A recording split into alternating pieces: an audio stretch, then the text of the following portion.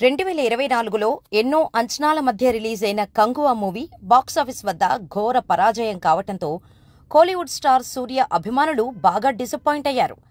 అప్పుడెప్పుడో జై భీమ్ తర్వాత మరో హిట్ కోసం కళ్ళు కాయలు కాచేలా ఎదురు చూస్తున్నారు సూర్య అండ్ సూర్య ఫ్యాన్స్. కానీ ఆయనకు అదృష్టం కలిసి రావటం లేదు. తాజాగా కార్తీక్ సుబ్బరాజు దర్శకత్వంలో సూర్య నటించిన చిత్రం రెట్రో. కార్మికుల దినోత్సవం కానుకగా మే 1న ఈ చిత్రం ప్రేక్షకుల ముందుకొచ్చింది. ఈ సినిమా ఎలా ఉంది? సూర్య హిట్ కొట్టాడా? తెలుసుకుందాం.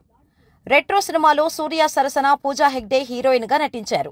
జయరాం, జోజు జార్జ్, కరుణాకరణ్, నాజర్, ప్రకాష్ రాజ్, సుజిత్ శంకర్, శ్వాసిక తదితరులు రెట్రోలో కీలక పాత్ర పోషించారు. సీనియర్ హీరోయిన్ శ్రియా శరణ్ ఇందులో ఐటెం సాంగ్ చేశారు. Stone Bench Creations, 2D entertainment పతాకాలపై జ్యోతిక, సూర్య, కార్తికేయన్ సంతానం, రాజశేఖర్ పాండియన్లను సంయుక్తంగా రెట్రోను దాదాపు 65 కోట్ల రూపాయల భారీ బడ్జెట్తో నిర్మించారు. సూర్య క్రేజ్, టీజర్, ట్రైలర్లతో రెట్రోపై కోలీవుడ్లో భారీ అంచనాలు ఉన్నాయి.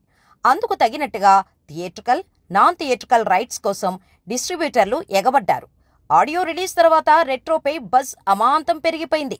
అయితే రెట్రోను సూర్య, జ్యోతికలు తమిళంలో స్వయంగా రిలీజ్ చేయడంతో అక్కడ ప్రీ రిలీజ్ బిజినెస్ జరగలేదని ట్రేడ్ విశ్లేషకులు చెబుతున్నారు.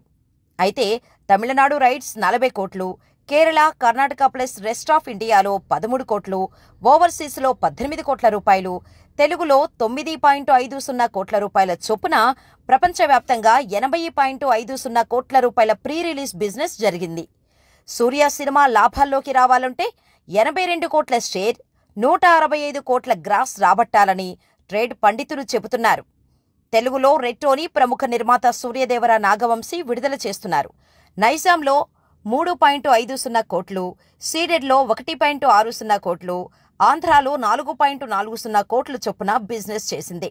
తెలుగు రాష్ట్రాల్లో రెట్రో క్లీన్ హిట్ కావాలంటే 10.50 కోట్ల షేర్, 21 కోట్ల గ్రాస్ రాబట్టాల్సి ఉంది. అయితే పీరియాడిక్ రొమాంటిక్ యాక్షన్ మూవీగా తెరకెక్కిన రెట్రోలో సూర్య పవర్ఫుల్ గ్యాంగ్స్టర్ పాత్రలో నటించాడు. 1980ల బ్యాక్ డ్రాప్ లో గ్యాంగ్స్టర్ యాక్షన్ డ్రామాగా ఈ చిత్రాన్ని డైరెక్టర్ కార్తీక్ సుబ్బరాజ్ రూపొందించాడు. ఈ యాక్షన్ లవ్ స్టోరీలో సూర్య డిఫరెంట్ గెటప్స్ లో కనిపించాడు. First half screenplay, interval, mass scenes సినిమాకి హైలైట్.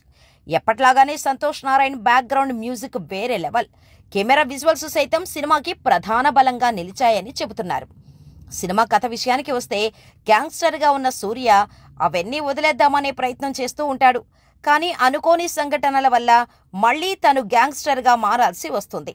మొత్తానికైతే ఈ చంపడం, చావడం అనేది తనను వదిలి వెళ్లిపోవటం లేదని స్ట్రాంగ్గా ఫిక్స్ అయి ఎవరైతే తన మీదకు వస్తున్నారో వాళ్లను ఏదో ఒకటి చెయ్యాలని అనుకుంటాడు. మరి ఈ క్రమంలో సూర్య తన శత్రువులను చంపాడా లేదా అనే విషయాలు తెలియాలంటే మీరు ఈ సినిమా చూడాల్సిందే. డిఫరెంట్ సినిమాలను ఇష్టపడే వారికి ఈ సినిమా బాగా నచ్చుతుంది. ముఖ్యంగా కమర్షియల్ సినిమాలను ఇష్టపడే వాళ్లకు ఇది పెద్దగా నచ్చకపోవచ్చు. ఎందుకంటే నేరేషన్ అక్కడక్కడ స్లోగా సాగుతుంది. అలాగే కమర్షియల్ ఎలిమెంట్స్ పెద్దగా అయితే కనిపించవు. మొత్తానికైతే యాక్షన్ ఎపిసోడ్స్ ని చాలా స్టైలిష్ గా డిజైన్ చేశారు. దర్శకుడు కార్తీక్ సుబ్బరాజు ఇంతకుముందు చేసిన జిగర్ తాండా, పేట, మహాన్ లాంటి సినిమాలు అతనికి చాలా మంచి గుర్తింపును తీసుకొచ్చాయి. మరి ఈ సినిమా కూడా అలాంటి కోవకే చెందుతోంది. ముఖ్యంగా ఆయన రైటింగ్లోని స్కిల్స్ అయితే ఈ సినిమాలో చాలా బాగా ఎలివేట్ అయ్యాయి. ఇక దర్శకుడిగా చాలా సందర్భాల్లో తనను తాను ప్రూవ్ చేసుకున్న కార్తీక్ సుబ్బరాజు రైటర్గా కూడా మరోసారి తన సత్తా చాటుకునే ప్రయత్నం చేశాడు. సెకండ్ హాఫ్లో వచ్చే కొన్ని ఎమోషనల్ సీన్స్ కార్తీక్ సుబ్బరాజు యొక్క రైటింగ్ స్టైల్ని ప్రేక్షకుడికి చాలా కొత్తగా పరిచయం చేస్తుంది. ఇక ఈ సినిమాకు టెక్నికల్ అంశాల విషయానికి వస్తే మ్యూజిక్ డైరెక్టర్ సంతోష్ నారాయణన్ అందించిన మ్యూజిక్ చాలా ఎక్స్ట్రాడినరీగా ఉంది. ఈ సినిమాలో ఆయన మ్యూజిక్ ప్రేక్షకుడిని ఆకట్టుకోవడమే కాకుండా ఈ మూవీ మీద హైప్ను తీసుకురావడంలో కూడా చాలా వరకు సక్సెస్ అయ్యాడు.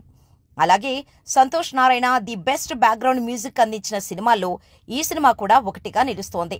ఇక సినిమాటోగ్రఫీ విషయానికి వస్తే చాలా ఇన్నోవేటివ్ థాట్స్తో షార్ట్స్ని డిజైన్ చేశారు. ఈ మూవీ చూస్తున్నంతసేపు ప్రతి ఒక్క షాట్ తీయటానికి ఆయన సినిమాటోగ్రాఫర్ ఎంతలా కష్టపడ్డాడో ఆయన కష్టం మనకు స్క్రీన్ మీద కనిపిస్తోంది.